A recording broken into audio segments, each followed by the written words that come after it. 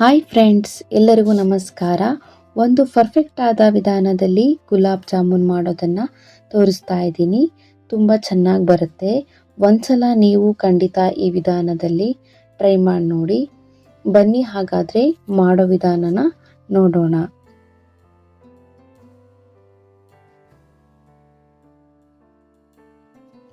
ಮೊದಲನೇದಾಗಿ ನಾನು ಗುಲಾಬ್ ಜಾಮೂನ್ ಮಾಡ್ಕೊಳ್ಳೋದಕ್ಕೆ MTR ಗುಲಾಬ್ ಜಾಮೂನ್ ಒಂದು ಪ್ಯಾಕೆಟ್ ತೊಗೊಂಡಿದ್ದೀನಿ.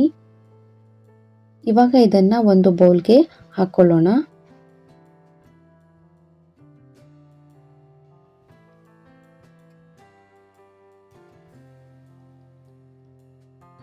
ಇವಾಗ ಇದಕ್ಕೆ ಸ್ವಲ್ಪ ನೀರು ಹಾಕ್ಕೊಂಡು ಒಂದು ಸ್ಪೂನ್ನ ಸಹಾಯದಿಂದ ಚೆನ್ನಾಗಿ ಕಲಿಸ್ಕೊಳ್ಳೋಣ.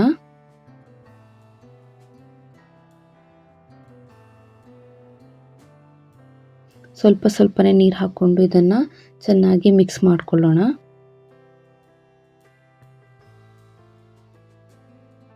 ನಂತರ ಇವಾಗ ಕೈನ ಸಹಾಯದಿಂದ ಇದನ್ನು ಒಂದ್ಸರಿ ನೀಟಾಗಿ ಕಲಿಸ್ಕೊಳ್ಳೋಣ. ನೋಡಿ, ಈ ರೀತಿಯಾಗಿ ನಾನು ಕಲಸಿಟ್ಕೊಂಡಿದ್ದೀನಿ.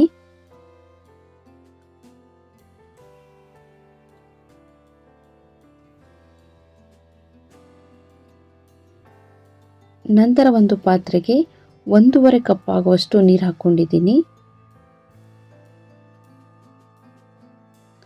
ನಂತರ ಇಲ್ಲಿ ನಾನು 1 ಬೌಲ್ ಆಗುವಷ್ಟು ಸಕ್ಕರೆ ಹಾಕಿದ್ದೀನಿ. ಅಂದರೆ 200 ಗ್ರಾಮ್ ಆಗುವಷ್ಟು ಜಾಮೂನ್ ಪೌಡ್ರಿಗೆ 400 ಗ್ರಾಮ್ ಆಗುವಷ್ಟು ಸಕ್ಕರೆನ ಹಾಕ್ಕೊಂಡಿದ್ದೀನಿ. ಇವಾಗ ಇದನ್ನು ಒಂದ್ಸರಿ ಚೆನ್ನಾಗಿ ಮಿಕ್ಸ್ ಮಾಡ್ಕೊಳ್ಳೋಣ.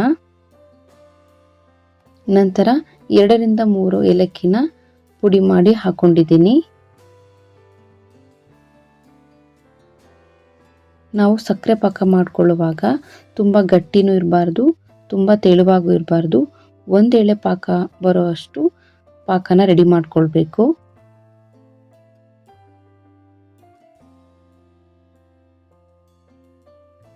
ಈಗ ಪಾಕ ರೆಡಿಯಾಗಿದೆ.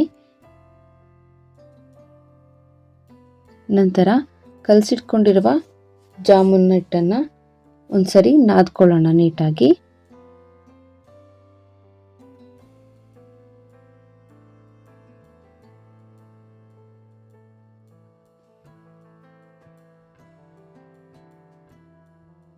ನೋಡಿ, ಹಿಟ್ಟು ತುಂಬ ಚೆನ್ನಾಗಿ ಉಬ್ಬಿದೆ.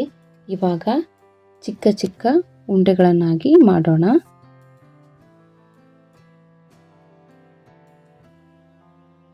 ನೋಡಿ, ಈ ರೀತಿಯಾಗಿ ಈ ಸೈಜ್ಗೆ ಉಂಡೆಗಳನ್ನಾಗಿ ಮಾಡಿದ್ದೀನಿ.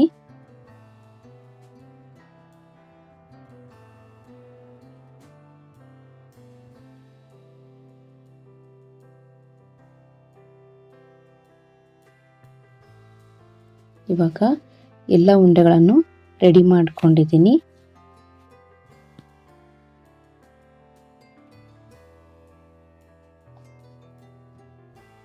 ನಂತರ ಒಂದು ಕಡಾಯಿಗೆ ಸ್ವಲ್ಪ ಎಣ್ಣೆ ಹಾಕ್ಕೊಳ್ಳೋಣ.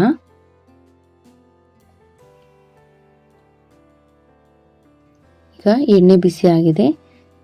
ಈಗ ಮಾಡಿಟ್ಕೊಂಡಿರುವ ಉಂಡೆಗಳನ್ನು ಹಾಕ್ಕೊಳ್ತಾ ಇದ್ದೀನಿ.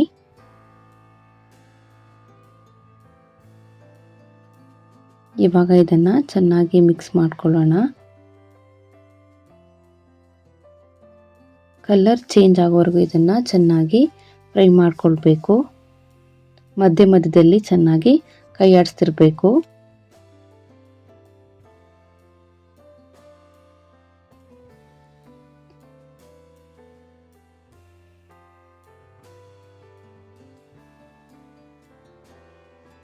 ನೋಡಿ, ಕಲರ್ ಈ ರೀತಿಯಾಗಿ ಬರೋವರೆಗೂ ನಾವು ಇದನ್ನು ಚೆನ್ನಾಗಿ ಫ್ರೈ ಮಾಡ್ಕೊಳ್ಳೋಣ.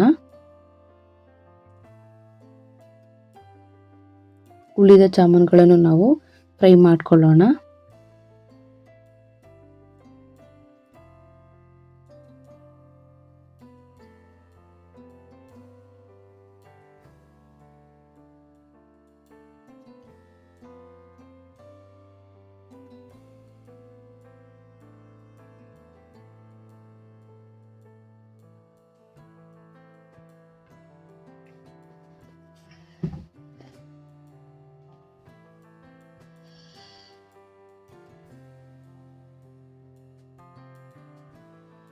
ನೋಡಿ ಚೆನ್ನಾಗಿ ಫ್ರೈ ಆಗಿದೆ. ಇವಾಗ ಇದನ್ನು ಒಂದು ಪ್ಲೇಟ್ಗೆ ಎತ್ತಿಟ್ಕೊಳ್ಳೋಣ. ನೋಡಿ ಎಲ್ಲ ಉಂಡೆಗಳನ್ನು ಫ್ರೈ ಮಾಡ್ಕೊಂಡಿದ್ದೀನಿ. ಇವಾಗ ಪಾಕಕ್ಕೆ ಸೇರಿಸ್ಕೊಳ್ಳೋಣ. ಪಾಕ ಚೆನ್ನಾಗಿ ರೆಡಿಯಾಗಿದೆ. ಇವಾಗ ನಾನು ಪಾಕಕ್ಕೆ ಹಾಕ್ಕೊಳ್ತಾ ಇದ್ದೀನಿ.